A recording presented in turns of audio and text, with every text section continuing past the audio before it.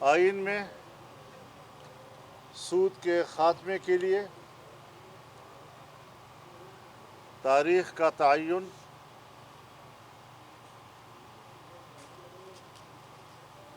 شریعت court federal شریعت court کو مضبوط بنانا، ان کی اختیارات میں اضافہ کرنا اور اس کو حقیقی معنوں میں ایک عدالت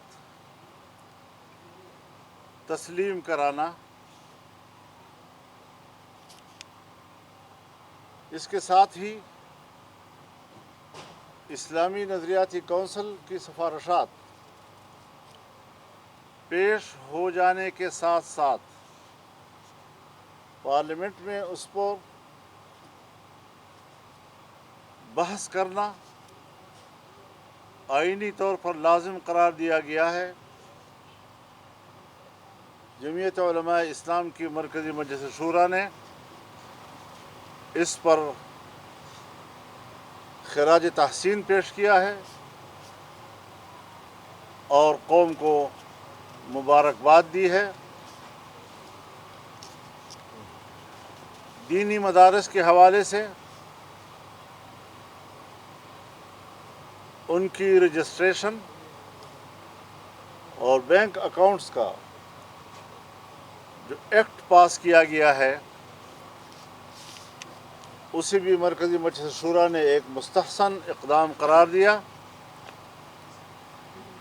اور پورے ملک میں دینی مدارس نے اس پر اطمینان کا اظہار کیا ہے۔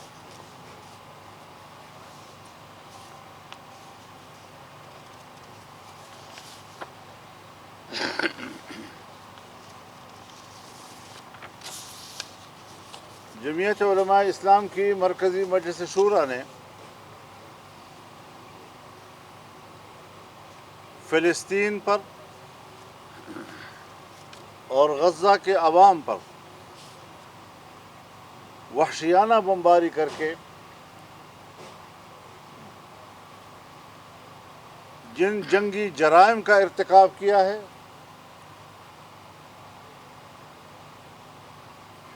جمعیت علماء اسلام اس کو انسانیت کش اقدام قرار دیتی ہے۔ اقوام متحدہ کی ہدایات کے باوجود اس پر عمل درآمد نہیں ہو رہا، عالمی عدالت انصاف کے فیصلے کے باوجود اس پر کوئی عمل درآمد نہیں ہو رہا ہے۔ اس حوالے سے عالمی قوتیں وہ ایک ظلم اور انسانی قتل کی حمایت کر رہے ہیں۔ امریکہ ہو یا مغربی دنیا، اسرائیل کی ان مظالم کی حمایت کے بعد انہیں انسانی حقوق کی بات کرنے کا کوئی حق حاصل نہیں ہوتا۔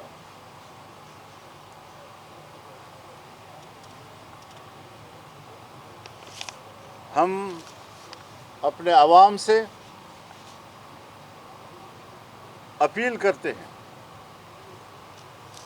کہ وہ کچھ بھی ان کی مدد نہ کر سکیں لیکن ان کی مالی معاونت کے لیے آگے بڑھیں تاکہ وہاں پر جو یتیم بچے رہ گئے ہیں، بے خانماں لوگ در بدر کی ٹھوکریں کھا رہے ہیں، غذائی قلت ہے، دوائیں موجود نہیں، علاج کی تمام سہولتیں تباہ و برباد کر دی گئی ہیں، یہ انسانیت کا فریضہ بن جاتا ہے کہ وہ ان مظلوم انسانوں کی مدد کے لیے آگے بڑھیں۔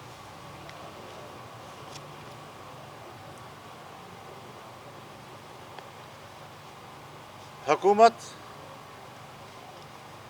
ایک نئی قانون سازی کی طرف جا رہی ہے اور اینٹی ٹیررزم ایکٹ 1997 میں ترمیم کرنا چاہتی ہے۔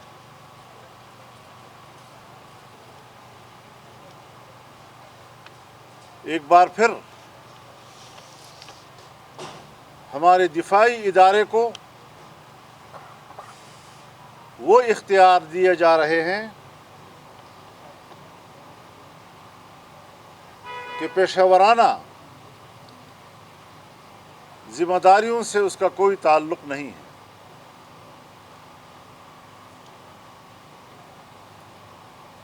پہلے نیب سے شکایت تھی، اس کے اختیارات کم از کم کیے گئے، لیکن آج دفاعی ادارے کو بے تحاشا اختیارات دے دینا کہ کسی کو بھی شک کی بنیاد پر 90 دن تک اپنی تحویل میں رکھ سکتا ہے، اور تحویل کی اس مدت میں مزید اضافہ بھی کر سکتے ہیں۔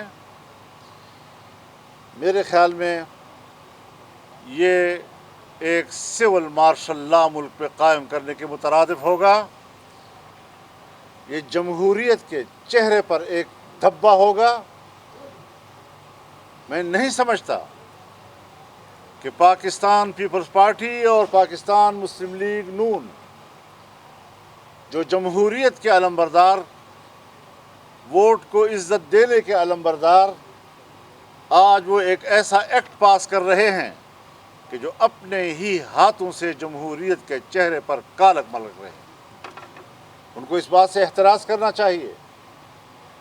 جمہوری ادارے اس قسم کے قوانین کی اجازت نہیں دے سکتے۔ پھر ہمیں یہ بھی دیکھنا چاہیے کہ 26ویں ترمیم میں حکومت بیٹھے، حکومت سوچے کہ 26ویں ترمیم میں کن کن شقوں کو واپس لینے پر وہ آمادہ ہوئی،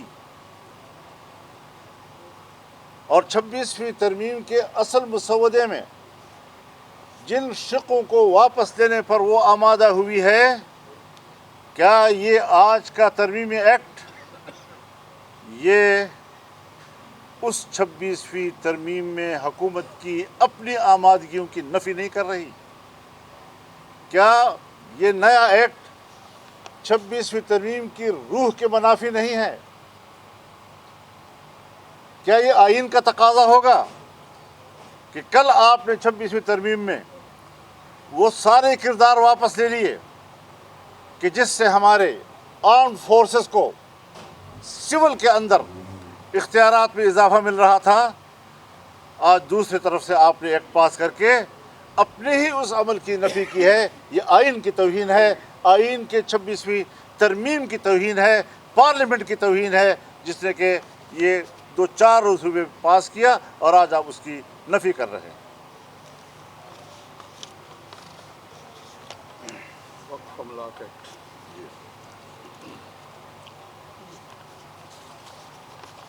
جمعیت علماء اسلام اس سے پہلے بھی اسلام آباد کی حدود تک پاس کیے گئے ایکٹ جس کا تعلق وقف املاک کے ساتھ ہے، اس کو غیر شرعی قرار دے چکی ہے، اور یہ صرف جمعیت علماء اسلام کی رائے نہیں بلکہ یہ امت کا اجتماعی رائے ہے، اور اسلامی نظریاتی کونسل اس ایکٹ کے خلاف اپنی رائے دے چکی ہے۔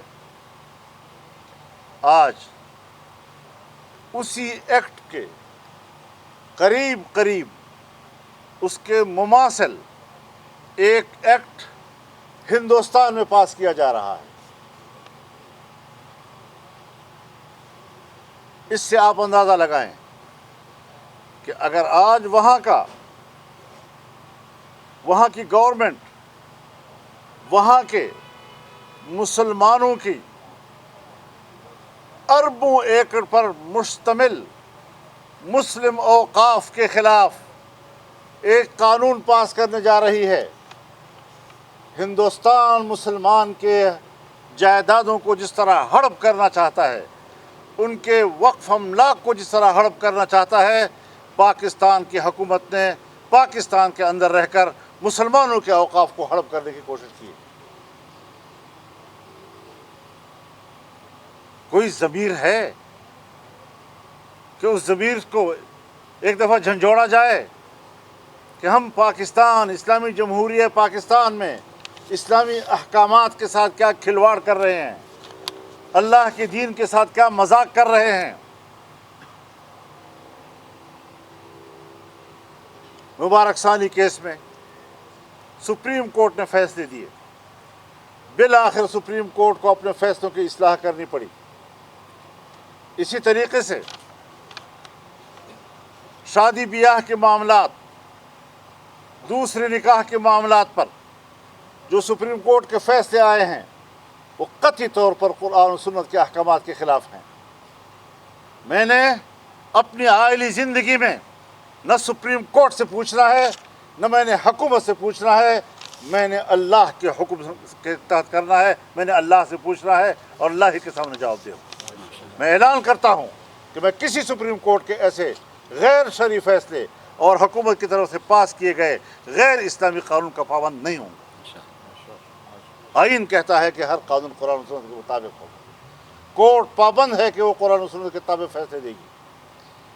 ایسے فیصلوں کو ہم تسلیم نہیں کر سکتے، ہم اس کے خلاف جائیں گے، دوبارہ کورٹ پہ اپنا مقدمہ لے کر ہم جائیں گے۔ ہم جمہوری لوگ ہیں، آئین و قانون کے دائرے میں لڑیں گے اور یہاں پر اسلامی اقدار کو سربلند کریں گے۔ اسلامی اقدار و احکامات کو انسانی حقوق کے منافی قرار دینا کسی ملحد کا کردار ہو سکتا ہے، کسی اللہ کے سچے بندے کا کردار نہیں ہو سکتا۔ ہم کبھی بھی دفاعی پوزیشن پر آ کر اسلام کی جنگ نہیں لڑیں گے۔ ہم واضح طور پر کہنا چاہتے ہیں کہ ہم اس ملک میں جارحانہ انداز کے ساتھ اللہ کے دین کی جنگ لڑیں گے۔ ہم آگے بڑھیں گے انشاءاللہ، اور اس حوالے سے ہم عوام میں بھی جائیں گے، ہم عوام میں بیداری پیدا کریں گے، ہم عوام کے اندر ایک شعور بیدار کریں گے کہ آپ کے ملک کے اندر اللہ کے دین کے ساتھ کوئی کھلواڑ نہ کر سکے، چاہے وہ ہماری اسمبلیاں ہوں، چاہے وہ ہمارے حکمران ہوں، یا چاہے وہ ہماری عدالت ہوں۔ سکھر اور پشاور عوامی اسمبلی۔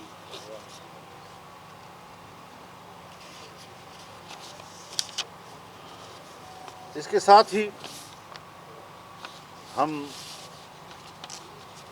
انشاءاللہ العزیز 28 نومبر کو سکھر میں باب الاسلام کانفرنس کریں گے، یہ ایک عوامی اسمبلی ہوگی۔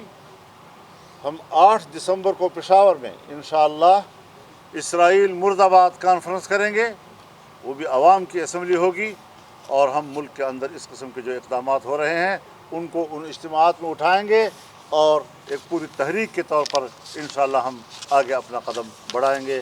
وآخر دعوانا ان الحمدللہ رب العالمین۔ مولانا صاحب، آپ نے کہا ہے کہ 26ویں آئینی ترمیم میں اگر آپ حکومت کے ساتھ تعاون نہ کرتے تو انہوں نے جو 11 لوگ بھیجے ہوئے تھے ان کے لیے وہ پاس ہوا ہے۔ اب وہ 27ویں آئینی ترمیم لے کے آ رہے ہیں اور کوئی ان کے پاس آپشن ہے کہ وہ 11 ان کے استعمال کر کے پاس ہوا ہے، تو آپ اس کو روکنے کے لیے کیا؟ ابھی تک تو تردید آ رہی ہے کہ کوئی 27ویں ترمیم نہیں آ رہی۔ جس وقت یہ طے ہو جائے گا کہ واقعی آ رہی ہے تو پھر ہم تبصرہ کریں گے، آپ بھی ہوں گے، ہم بھی ہوں گے انشاءاللہ۔ مولانا صاحب یہ بتائیے کہ اگر آج پارلیمان سے یہ انسداد دہشت گردی ایکٹ پاس ہوتا ہے تو آپ کا اگلا نئے عمل کیا ہوگا؟ اس کے خلاف جائیں گے، روکیں گے؟ ظاہر ہے جی کہ ہم تو اس کے خلاف بات کریں گے اور برملا کریں گے اور پبلک میں جائیں گے جی۔ اس طریقے سے تو ماشاء اللہ کو قبول نہ کیوں نہ کرے پھر ہم۔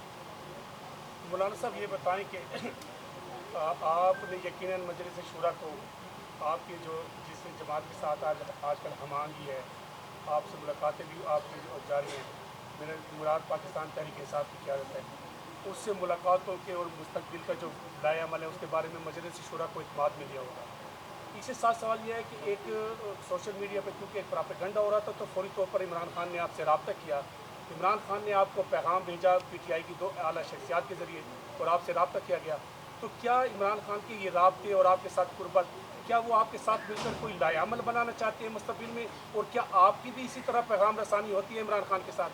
شکریہ۔ آپ کے سوال کو ذرا تھوڑا سا نظر انداز کر کے، معافی چاہتا ہوں، آپ کے سوال کو نظر انداز کر کے میں یہ بات کہنا چاہوں گا کہ یقیناً ہم اس ضرورت کو محسوس کرتے ہیں کہ جمعیت علماء اسلام جب اپوزیشن کی جماعت ہے اور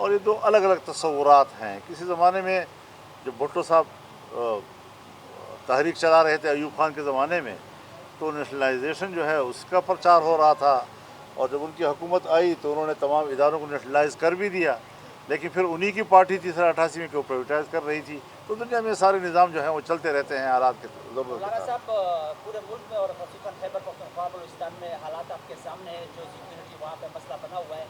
یہ جو آرمی چیف اور چیف سروسز چیف کی مدت ملازمت میں توسیع ہے 3 سالہ سے 5 سالہ, کیا آپ کو امید ہے کہ یہ جو حالات ہے جس طرح کی دہشت گردی ہے یہ سب کچھ اس کے بعد ٹھیک ہو جائے گا؟ اور دوسرا, بشرا بی بی جو کہ سابق وزیر اعظم عمران خان کی وائف ہے, اس نے وہ آج عدالت میں روئی ہے, تو اس نے یہ بھی کہا ہے کہ بانی پٹ جائی اور اس کو ناانصافی پر مبنی سزا دی گئی ہے. اس پر آپ کا موقف کیا ہے, اور کیا عمران خان کو جلد از جلد رہا کر دینا چاہیے؟ آپ کیا مطالبہ کریں گے؟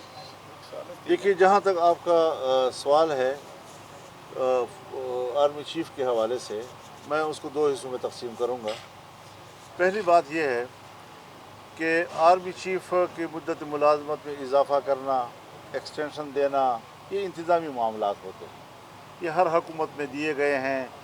گو کہ میں ذاتی طور پر اس کے حق میں نہیں ہوں, لیکن پھر بھی ایک انتظامی معاملہ ہے. ہر حکومت اپنے اختیار کے تحت ایک فیصلہ کر سکتی ہے. یہ کوئی ایسی بات نہیں ہے, ایک نہیں ہوگا تو دوسرا آئے گا, دوسرا نہیں ہوگا تیسرا آئے گا. ہمارے لیے تو وہ بھی جرنیل, وہ بھی جرنیل, وہ بھی جرنیل. لیکن بات بنیادی یہ ہے کہ اپنے اختیارات میں اس قدر اضافہ کرنا اور اس کے لیے حکومت کو پریشرائز کرنا کہ آپ یہ قانون پاس کریں, یہاں تک کہ نظر آئے کہ جیسے ملک ماشاء اللہ لگ رہا ہے, تو جس پر شک ہو جائے اس کو تو آپ فوراً گرفتار کریں. وہ تو گھر میں بیٹھا ہوا ہے, وہ تو اپنے بیٹھک میں بیٹھا ہوا ہے, آپ نے اس کو اٹھا لیا, 90 دن آپ کی گرفت میں رہے گا. جو روڈوں پہ دندنا رہے ہیں, جہاں سڑکیں ان کے قبضے میں ہیں, جہاں دیہاتیں ان کے قبضے میں ہیں, جہاں مسجدوں میں وہ رہ رہے ہیں, جہاں لوگوں کے بیٹھکوں میں وہ رہ رہے ہیں, جہاں گلی کوچے ان کے قبضے میں ہیں, وہاں کیا تیر مارا ہے کہ اب اس کے اوپر اختیارات میں بھی اضافہ مانگ کر آپ عام لوگوں کو, سویلین لوگوں کو شک کی بنیاد پر ہاتھ ڈالنے کی کوشش کر رہے ہیں. میرے خیال میں جتنا آپ کے پاس اختیارات ہیں وہ کافی ہیں. دہشت گردی کے خلاف اگر آپ لڑنا چاہتے ہیں اس میں آپ کے اختیارات میں پہلے سے کوئی کمی نہیں ہے.